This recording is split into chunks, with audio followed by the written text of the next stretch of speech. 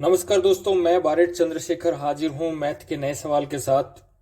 आज का जो सवाल है वो अनुपात समानुपात से संबंधित है, जिसकी हमारी एक श्रृंखला चल रही है।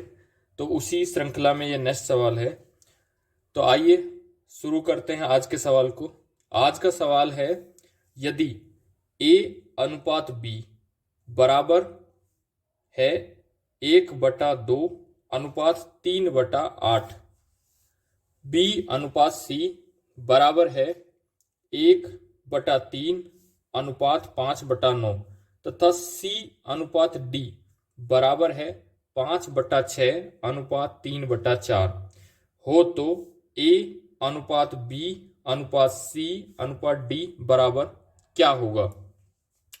तो देखिए, शुरू करते हैं आज के सवाल को कि a अनुपात b बराबर दिया हुआ है 1/2 अनुपात 3/8 के। तो a अनुपात b दिया हुआ है 1/2 अनुपात 3/8। तो अब पहले इसको हम सॉल्व करते हैं। तो इसका लैसे लेंगे 1/2 अनुपात 3/8 का, तो लैसे आएगा इसका 8। यदि आपको संख्याओं का लैसे कैसे लेना है ये सीखना है, तो लैसे से संबंधित भी मैंने एक क्लास बनाई है, तो उसे आप देख सकते हैं। तो 2 और 8 का यदि लैसे लेंगे तो इसका लैसे होगा 8। लैसे वह छोटी से छोटी संख्या जिसमें कि दी गई संख्याओं का भाग चला जाए। तो दी गई संख्याओं का भाग इसमें चला जाएगा, और ये छोटी से छोटी संख्या है जिसमें कि दी गई सभी संख्याओं का भाग, जैसे यहां 2 का भी भाग चला जाएगा और 8 का भी भाग चला जाएगा, तो उसे लैसे कहते हैं। तो 2 का भाग 8 में देंगे तो 4 बार जाएगा, और 4 को गुणा 1 से करेंगे तो 4 ही आएगा। इसके बाद 8 में 8 का भाग दिया तो 1 बार गया, और 1 को गुणा किया 3 से तो 3 आ गया। यानी यहां पे हो गया a अनुपात b बराबर हो गया 4/3 की। ये हमने निकाल लिया कि ये 4/3 है वो a अनुपात b के बराबर है। ऐसे ही हम निकालेंगे b अनुपात c को। b अनुपात c 1/3 अनुपात है 5/9 के। तो b अनुपात c जो है वो बराबर है 1/3 और 5/9 के।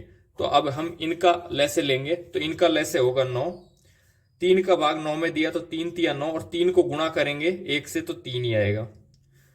9 का भाग 9 में देंगे तो 1 बार जाएगा, 1 को गुणा करेंगे 5 से तो 5 आ जाएगा।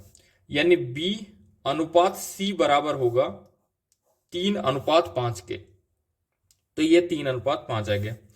इसी प्रकार हम c और d को निकालेंगे। c अनुपात d बराबर कितने के है? बराबर है 5/6 और 3/4 के। 3/4 के। अब हम इनका लैसे लेंगे, तो इनका लैसे जो होगा वो होगा 12। 6 का भाग 12 में जाएगा, 6 दूनी 12, और 2 गुणा करेंगे 5 से तो 10 आ जाएगा, 5 दूनी 10। 4 का भाग देंगे 12 में तो 4 तिया 3 बार जाएगा, और 3 को गुणा करेंगे 3 से तो 9 हो जाएगा। यानी c और d बराबर होगा 10/9 के। c अनुपात d जो है वो बराबर होगा 10/9 के। अब हमें निकालना है a b c d, यानी चारों का अनुपात निकालना है। a b c d जो है ये अनुपात क्या होगा। तो जैसा कि हमें पता है कि a अनुपात b 4/3 है, और b अनुपात c जो है वो 3/5 है। तो यहां पे देखने वाली बात है कि b यहां पे भी 3 है और b का अनुपात यहां पे भी 3 है। तो यानी a b c ये तीनों अनुपात क्या होगा, ये a b और c। भाई a b का मान यहां पे क्या है, 4/3, 4/3। और ये जो b यहां पे है, b और c, b में b का अनुपात है 3 और c का है 5। तो b का तो हमने 3 लिखा और c का लिख दिया 5। यानी a b c जो है, a b c का अनुपात जो है हमारे पास वो है 4/3/5। लेकिन यहां पे c का अनुपात जो है, c और d में c का अनुपात यहां 10 है और यहां पे c का अनुपात 5 है। तो ये समान नहीं है, इसलिए इनको पहले समान करेंगे और फिर डी के अनुपात को भी इनके साथ रखेंगे। तो देखिए आगे बढ़ते हैं। ए अनुपात बी अनुपात सी, ये जो बराबर है ए अनुपात बी अनुपात सी जो है वो बराबर है 4:3 अनुपात 5 के। अब सी अनुपात जो डी है वो बराबर है, सी कितने के बराबर है, 10 के बराबर, और डी 9 के बराबर। अब मैं ऐसा क्या करूं कि ये दोनों संख्याएं बराबर हो जाए। तो मैं यदि इसको 2 से गुणा कर दूंगा तो ये 5 दूनी 10 हो जाएगा, और यहां पे पहले से ही 10 है तो ये बराबर हो जाएंगे। अब गुणा करने पे क्या हुआ, ए अनुपात बी अनुपात सी जो है वो हो जाएगा 2 गुणा 4 करेंगे तो 8 हो जाएगा, 2 गुणा 3 करेंगे तो 6 हो जाएगा, और 2 गुणा 5 करेंगे तो 10 हो जाएगा, यानी 8:6 अनुपात 10 हो जाएगा। इसी प्रकार पहले से दिया हुआ है सी अनुपात डी, सी अनुपात डी दिया है 10:9, यानी 10 ये 9 जो है वो सी और डी दिया हुआ है। तो अब देखिए ये सी का अनुपात जो है दोनों ही जगह बराबर हो गया, यहां पे भी 10 आ गया और यहां पे भी 10 आ गया। तो अब एबीसीडी निकाली जा सकती, ए अनुपात बी अनुपात सी अनुपात डी बराबर होगा, एबीसी का मान यहां पे क्या है 8:6 अनुपात 10, यही 10 जो है सी का यहां पे है, तो सी की जगह 10 लिखा और डी की जगह हम लिखेंगे 9। तो ये आंसर होगा ए बी सी डी, जो अनुपात हमसे पूछा है इस सवाल में, एबीसीडी का मान क्या होगा, यानी यहां पे ए बी सी और डी ये जो है वो किस अनुपात के बराबर होगा।